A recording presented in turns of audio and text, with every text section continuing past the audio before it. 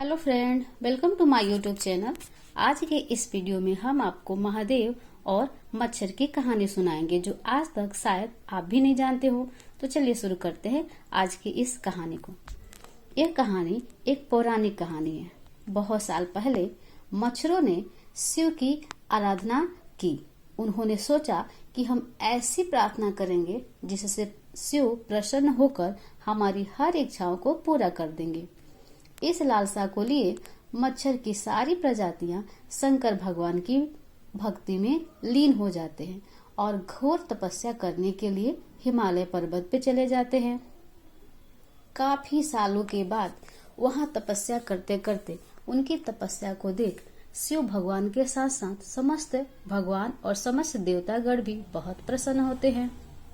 एक छोटे से जीव द्वारा इतनी शालीनता और इतनी शुद्धता से तपस्या करता हुआ देख सभी देवतागण शिव भगवान के पास जाते हैं और वहां जाकर उनसे कहते हैं कि आप इन छोटे जीव जंतुओं की इच्छाओं को पूरा कीजिए।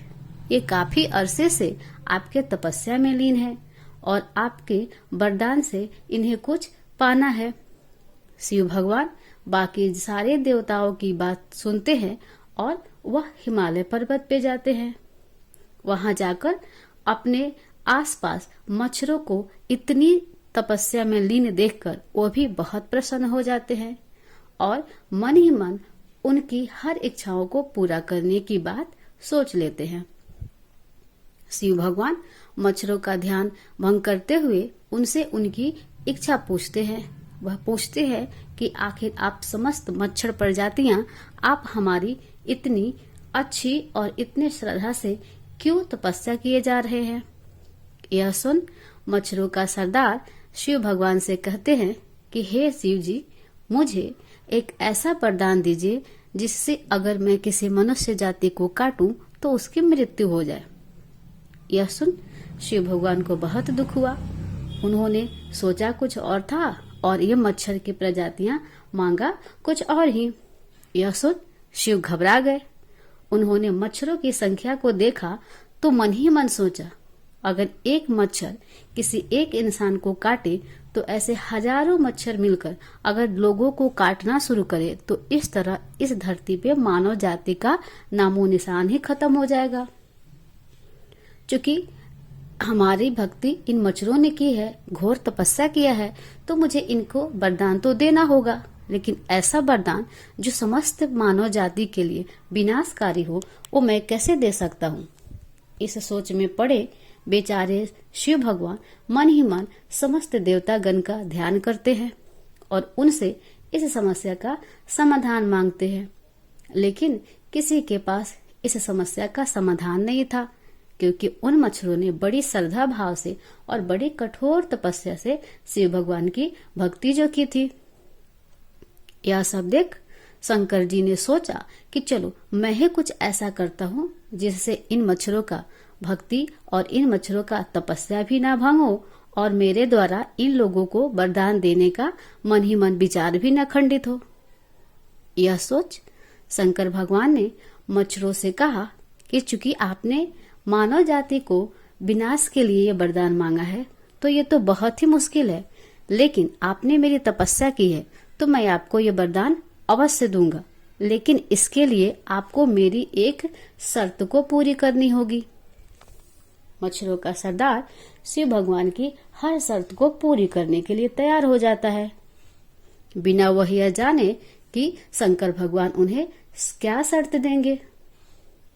अब जैसे ही मच्छरों का सरदार समस्त मच्छर जातियों की इच्छा के अनुकूल उनकी हर एक शर्त को मानने के लिए तैयार हो जाता है, तभी शिव भगवान कहते हैं कि आपको हिमालय के रास्ते से होते हुए एक कंदरा से गुजरते हुए जाना है। उस गुफा में एक बड़े ही योग्य साधु काफी वर्षों से मेरी तपस्या में लीन है। आपको उनकी तपस्या को भंग करना है और साथ ही साथ आपको उन्हें काटना भी है। अगर आपके काटने से उनकी मृत्यु हो जाती है तो इस समस्त मानव जाति का जो आपने वरदान मांगा है वह मैं पूरा कर दूंगा। यह बात सुन मच्छरों का सरदार तैयार भी हो जाता है और अपने समस्त मच्छर जातियों के साथ उस गुफा में उस ऋषि के पास जाने को तैयार हो जाता है।